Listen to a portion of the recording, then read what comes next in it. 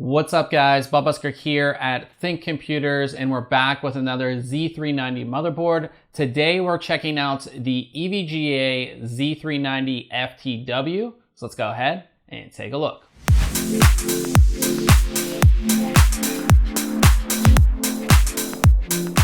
The Z390 FTW will sit in the middle of EVGA's Z390 motherboard offerings. Taking a first look, we can see that EVGA has gone with an all-black PCB with black and silver accents, much like they did with the Z370 version of this board. I like the overall design of the board, and it does not feel overdone like so many boards we see these days. Also, I'm very happy to report that there's not any RGBs on the board itself. Starting here at the CPU socket, we of course have Intel's LGA 1151 socket.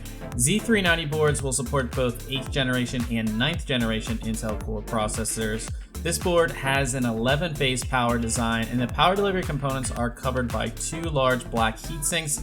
They are connected by a single piece of anodized aluminum that connects to the rear I/O, making the entire section look like a single piece of metal. At the top left of the board, behind the top heatsink, you'll find an 8-pin EPS connector and a 4-pin fan header. Moving over just a little bit, you'll find your CPU fan header and an optional CPU fan header. Coming over from the CPU socket, you'll find 4 DDR4 DIMM slots, which are metal reinforced. This board supports up to 64 gigabytes of 4133 DDR4 memory.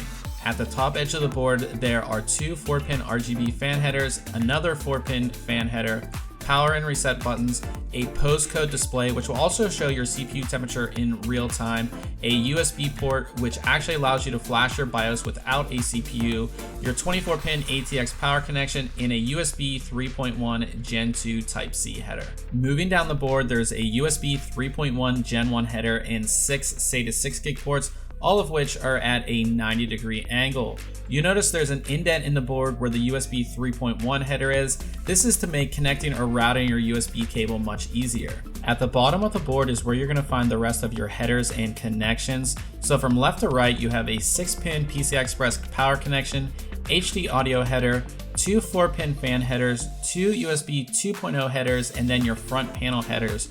All of these are at a 90-degree angle down, which should help with routing cables, but you could run into some issues with certain cases. When it comes to expansion slots, you have two PCI Express 3.0 x16 slots, a PCI Express 3.0 x4 slot, and two PCI Express 3.0 x1 slots. The two x16 slots are metal reinforced. When you have two cards installed, they'll of course run at x8 speeds. There are three M.2 slots on this board. The two larger slots are PCI Express 3.0 x4 and our key M slots, which are of course made for M.2 SSDs.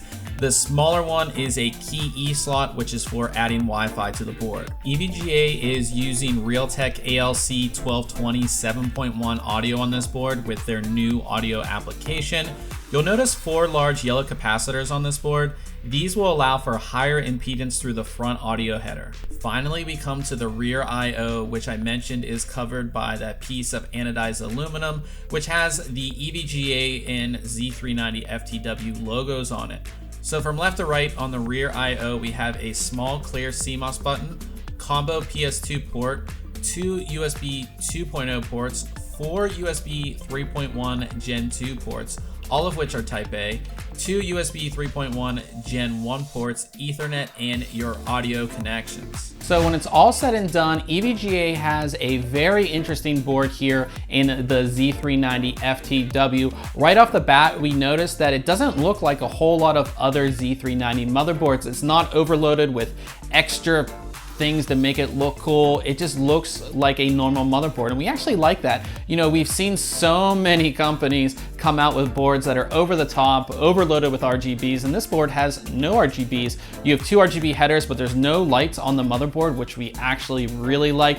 And as far as being a Z390 board, you have everything that you would expect. You have dual M.2 slots, you have USB 3.1 support, and one really cool thing about this board is that you do get that onboard USB 2.0 port, which is made for flashing the BIOS without even to have a CPU installed, which is really, really cool. And one last thing about this board is that we were able to achieve our highest overclock on our Core i9 9900K, We had all of the cores running at 5.2 gigahertz completely stable. So that's pretty impressive as well. Now, if you want more information on this board and want to read our full review, we'll have that link below, as well as a link where you can go ahead and pick this board up. Now, if you have any other questions, go ahead and leave it in the comment section below. And we would appreciate it if you enjoyed this video to hit that like button. So until next time, catch you guys later.